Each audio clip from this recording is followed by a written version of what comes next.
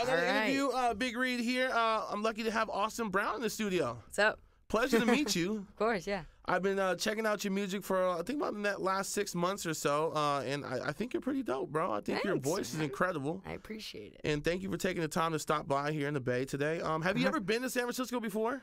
I've made, like, connection flights, okay, but I've never, like, really hung out in the city. Now, so, you're making sure everyone takes you around and checks things out today, right? I mean, it's a quick, busy drop through. Okay. I mean, we leave tonight, and we got here last night really late. So, I mean, it's cool enough just being in the city, like right downtown. All right, so the next time you come back, we got to try to plan something to where you get to check out all the touristy things that you would check out. All right. You know what I mean? I know you're from the States, but you know when you come to the Bay Area, you got the usual Pier 39s and Coit Towers and stuff like that, which is super exciting. Alcatraz, yeah. You know what's crazy? I lived in the Bay Area my whole life, and I've never been to Alcatraz. I've never gone over there. Yeah, I want to go there. All right. I think it'd be sick. Probably. I like mysterious, ghosty stuff. Do you believe in ghosts? Yeah.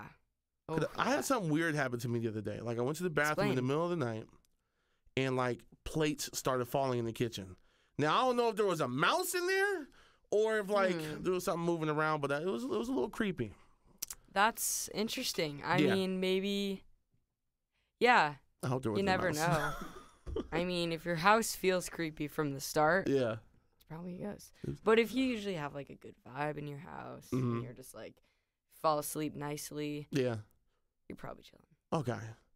Now, talk about how you got started with music. Like, what inspired you? What got you into the music mode? Well, basically, I've just been singing my whole life from, like, toddler years. And then my family really pushed, and my family friends, because they're just, like, super, like, outgoing, like, supportive people. They were like, go to open mics. Like, they loved it. But I kind of just kept it to myself. And then I went to open mics and got a lot more comfortable kind of just singing and putting myself out there. And then I actually moved to L.A. And got a manager right away for acting. And I did acting for a couple years. And then that kind of faded out, and I, like, sort of faded into social media, started making a lot of friends there, posting music videos or, like, covers, and that just gained a lot of traction and built from there. And then my managers that I have now for singing reached out to me over email. We met up, we signed, instant connection, and from then on, I'm just in the studio. Now we're on a radio tour, and things are just rolling, like, really smoothly. And now you're from Oregon, right? Yeah. Okay. How was it moving to L.A.? Because going from Oregon to L.A., that's a big change. So different. It was so different. Yeah. They're completely different places. I think the tallest building we have in Bend is, like, 5 stories. Oh, wow. So you could imagine. Yeah, very different. Yeah. Was it easy for you to adjust, or did it take you a little while to start to get used to it? Well, I mean, before I officially moved to L.A., I was coming down a lot for, like, a year and a half before, so I kind of just eased into it. But definitely once you move down there, it's a lot different because you really start going all over the place once you're officially moved there. So it was a lot to take in, but luckily I had, like, a year before to kind of ease into it. That's awesome. But I like it. It's cool. I always, on Instagram, and I talk about this with every artist that I know that stays down in L.A., on Instagram you see all these different food places down in L.A., all these different taco spots and everything. Is there a favorite place you have that you visit down in L.A.? I'm trying to think for you here. Yeah, there's probably way too many to choose from. There's a lot. I know. I mean, I'm a big sushi guy. Okay. So whenever I'm just, like, stopping by the Capitol building, hang out with some of the Caroline people, we go to Katsuya. Okay. And that's really good. My producer tried a sushi burritos, a sushi burrito. Have you ever had something those like are great. We have food trucks that come to my apartments. So, and they have a food truck one every other week. That's what's up. Or, That's I mean, awesome. a food truck one, sushi burrito one. I'd probably be bigger than I already am if a food truck started coming to my house. No, they're great. Man. They're great. Let's talk about the music. In between it, I saw that your video hit 1 million views recently. Yeah. On that one, and then you have Mean that dropped a couple of months ago. Yep. And just talk about the creative process behind both of those tracks. Did you shoot both the videos in the same place? Yep. A day after each other. Wow. Okay, for sure. That's what's up. Yeah. So we shot those in my hometown. So it was, like, really comfortable and just, like, laid back, nice. It wasn't easy because it was pretty cold. Yeah. Although, like, the Mean video, it was a lot sunnier that day, but it was still pretty cold. And but the In Between video was so cold. How cold does it get? I mean, how many months ago?